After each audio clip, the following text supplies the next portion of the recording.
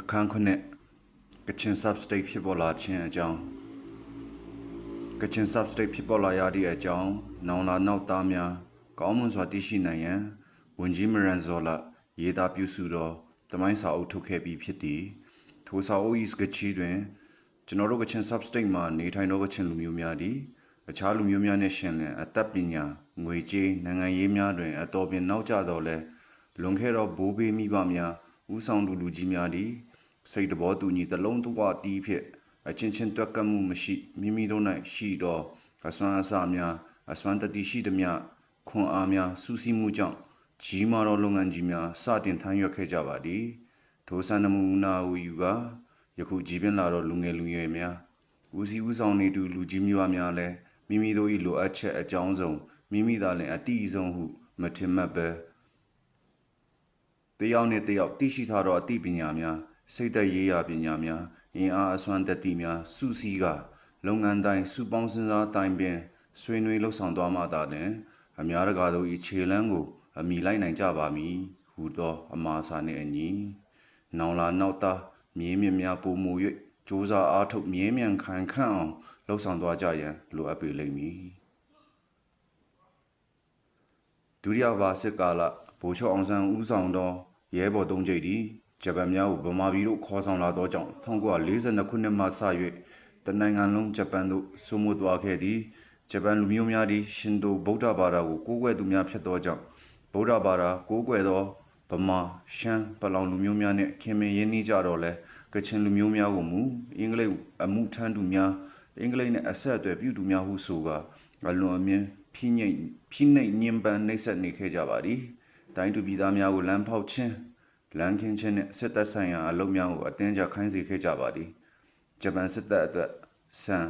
ကြက်ဝက်ကျွဲနွားများကိုအငွေကြေးအနှဲငယ်စီတာပေးပြီးလိုက်လံကောက်ခံယူနေသည့်အပြင်အင်္ဂလိပ်စစ်တပ်တွင်အမှုထမ်းခဲ့ဘူးသူများ၏ညို့တကြီးကိုဝလုံးနှင့်လိမ့်ခြင်းရေအစမတန်တိုက်ခြင်းမြေအောက်အကျဉ်းထောင်ချထားခြင်းစသည်ဖြင့်အမျိုးမျိုးနှိပ်စက်ခဲ့ကြသည်ဤကဲ့သို့နှိပ်စက်ညှဉ်းပန်းနေခြင်းကိုမခံမရက်နိုင်ဖြစ်သည်ဖြင့်ကချင်လူမျိုးများသည်ဂျပန်တို့ကိုတွန်းလှန်တိုက်ခိုက်ရန်စိတ်အားခဲနေကြသည်1943ခုနှစ်မတ်လတွင်ဗိုလ်ချုပ်ဝင်းဂိတ်အဖွဲ့မုံမြစနီရှမ်းမြောက်ဒေသသို့ရောက်ရှိလာကြသောအခါမဟာမိတ်တပ် Alliance Force နှင့်ဂျပန်ကိုပြန်တိုက်မိတဲ့ရရှိကြသည်အချို့မှာတရုတ်ပြည်မှ UG တွေ KMT အဖွဲ့နှင့်ဆက်သွယ်ကဂျပန်ကိုစတင်တိုက်ခိုက်ကြပြီးအချို့မှာကူမင်းကိုကန့်ဘက်မှအင်္ဂလိပ်တို့နှင့်ဆက်သွယ်ပြီးသတင်းရယူခြင်းပြုကြလေသည်ကချင်လူမျိုးများသည်ဂျပန်ကိုစတင်လှုပ်ရှားတော်လှန်တိုက်ခိုက်ကြလေဂျပန်တို့ကပို၍ညှင်းဆဲနှိပ်စက်ခြင်းဖမ်းဆီးတပ်ဖြတ်ခြင်းပြုလေဖြစ်သည်အချို့ကိုမြေအောက်အကျဉ်းချထားခြင်းပြုခဲ့ကြလေသည်ရဲဘော်ဟောင်းများမခံမရက်နိုင်တော့တစ်ဖြစ်ဒူဝါဇော်ဘော့ဦးဆောင်သောရဲဘော်အယောက်80ကိုစုဆောင်းယူပြီး KMT တွန်ကွေချစ်တွန်စင်လင်းဤအဖွဲ့နှင့်ဆက်သွယ်ကစတင်တိုက်ခိုက်ခဲ့ကြသည်ကချင်ပြည်နယ်တို့ကချင်လေဗီကချင် Ranger 101 Detachment များ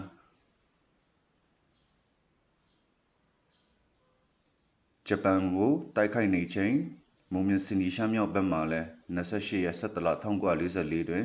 ဗိုလ်ကြီးကုန်းကျဲတောင်နှင့်အဖွဲ့မုံခွန်ရှမ်းပြည်အရှေ့ဘက်29ရက်17လ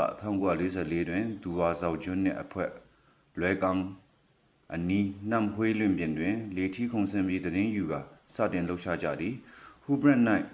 စစ်တပ်တပ်ဘန်ငူး၌စစ်တပ်တပ်ဖွဲ့စည်းကစတင်တိုက်ခတ်ခဲ့ကြသည်9ရက်တလ1945နေ့တွင်စပန်ဒါမုံဂါတူဒေါက်တာလာမြန်လိုပါဝင်သော Ranger တပ်များကုတ်ခိုင်အနီးကုန်းစာတို့ရောက်ရှိလာကြသည်နားခံနှင့်နမ်ခိုင်ချောင်းအနောက်ဖက်ချမ်းဖာဖိတ်နှင့်တိုင်ရင်6 6 Battalion နှင့်နမ်ဒူဘန်နန်တိုင်ရင်ခုနှင့်7 Battalion မန်လွန်ဝီဒုံနိုင်တိုင်ရင်8 8 Battalion တို့ကိုဖွင့်လှစ်ကမုံမြစင်ဒီဒေသရှမ်းမြောက်မှာညှဉ်းပန်းနှိပ်စက်နေကြတော့ဂျပန်တို့ကိုခုခံတိုက်ခိုက်ခဲ့ကြလေသည်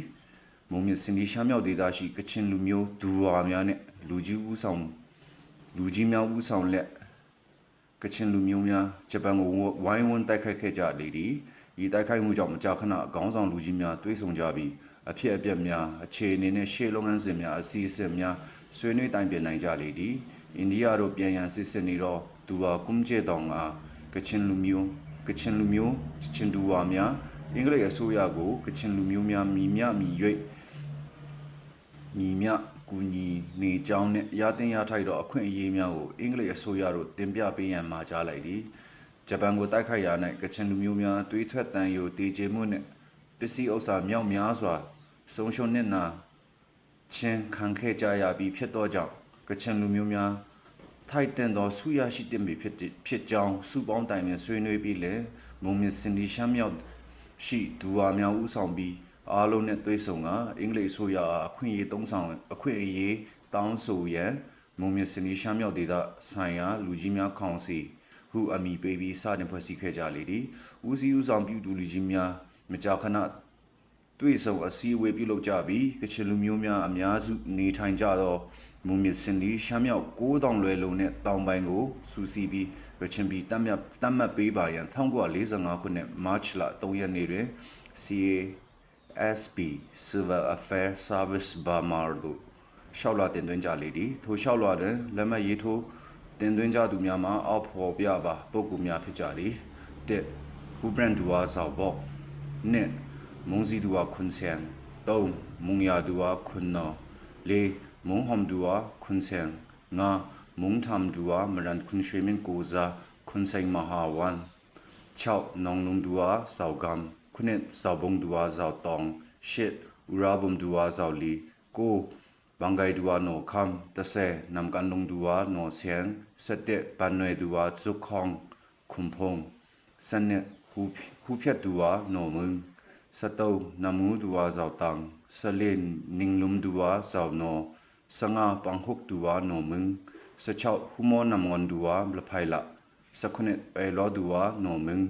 18မုံလီဒူဝါဆောက်လာ19နမ်ပန်ဒူဝါဆောက်ချက်20နာနွေဒူဝါဆောက်ရှန်21ပန်လွေဒူဝါခမ်လျံ22ကောင်းမုံမုံယူဒူဝါဆောက်ဖန်း23လွယ်ကောင်ဒူဝါခွန်ဆန်24စကားထန်ဒူဝါဆောက်တန်25လုံဝဲဒူဝါခွန်ဆွဲအထက်တွင်ဖော်ပြထားသောနေပိုင်းဒူဝါ25ဦးသည်ကချင်ဆတ်စတစ်ဖြစ်ပေါ်လာရေးအတွက်ဦးစွာအစပြိုးလိုက်သောတမိုင်းဝင်ပုဂ္ဂိုလ်များဖြစ်ကြသည်ထို့နောက်1945ခုနှစ်ဇွန်လ1ရက်နေ့တွင်နောက်ထပ်စာတစ်စောင်ထပ်မံတင်သွင်းခဲ့ကြသည်၎င်းလျှောက်လွှာတွင်လက်မှတ်ရေးထိုးတင်သွင်းသောပုဂ္ဂိုလ်များမှာအောက်ပါအတိုင်းဖြစ်ကြသည်1ဟောဝါဒူဝါခွန်ဖုံ2မုံစီဒူဝါခွန်ဆန်3ဟူဘရန်ဒူဝါဇောက်လီ4မုံထမ်ဒူဝါမရန်ခွန်ရွှေမြင့်5နောင်လုံဒူဝါဇောက်ဂမ်6မုံဟမ်ဒူဝါခွန်ဆန်9ကျင်းဟုံဒူဝါဂျာနို10နမ်ကန်လုံဒူဝါနိုဆန်9ကမင်းဒူဝါခေါင်ဟောင်း10မန်လွန်ဒူဝါဆောက်ထန်း17ခွေးတောင်ဒူဝါဆောက်နောင်12မုံဂျတ်ကပ်နာဒူဝါခွန်ရီ13မုံယာဒူဝါခွန်နော14ဖောင်းဆန်ဒူဝါခွန်အိုင်15မုံဂိုဒူဝါဆောက်တန်း16ဝန်ဒင်းကပ်နာဒူဝါဆောက်လွန်19ဟူတောင်ဒူဝါခွန်နောင်18မုံဘောဒူဝါနိုဆန်19နမ်ခက်ဒူဝါနိုဆန်20မုံလီဒူဝါဆောက်လာ21ဥရာဘုံဒူဝါဆောက်လီ22ဘန်ဂိုင်ဒူဝါနိုခမ်23ဟူဖြတ်ဒူဝါနိုမင်း24မုံငွန်ဒူဝါဆောက်ဘော့25လွယ်ကောင်ဒူဝါခွန်ဆန်26နာခဲမ်ဒူဝါလုံခေါင်29ဖက်ရိုင်ဒူဝါဆောင်းနိုင်28နမ်ဖလွန်ဒူဝါกุมจา29ซาบงกัมบาดัวซาตอง30ฮูโมนำวันดัวละไพละ31นิงลุมดัวซาโน30เนี่ยปังฮุกดัวซาโนมึง33นำงูดัวซาตัง34เวลอดัวโนมึง35ปัมมาดัวโนคัม36ปังไกดัวคัมเลียง39နမ်နတ်ဒူဝါနိုခမ်38မုံမောဒူဝါခွန်ဆန်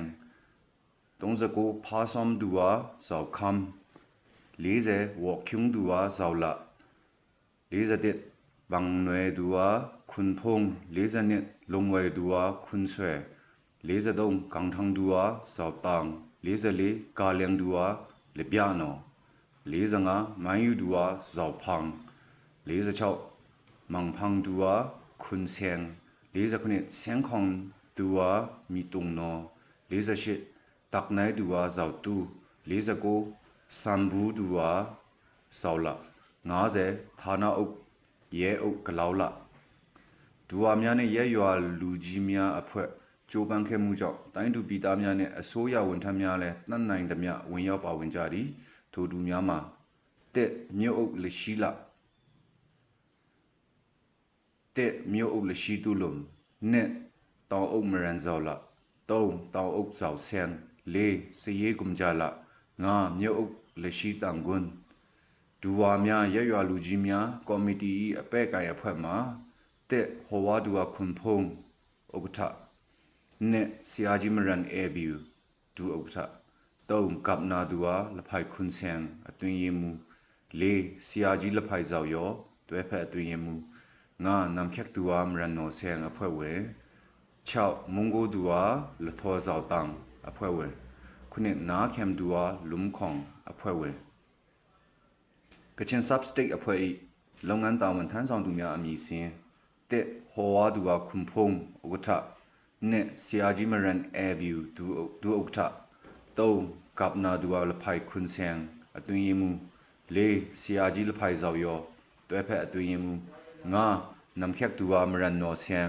ชาวมงโกดัวละทอเจ้าตังคุณเนี่ยนาเข้มดัวลุมของชิดมุงมอดัว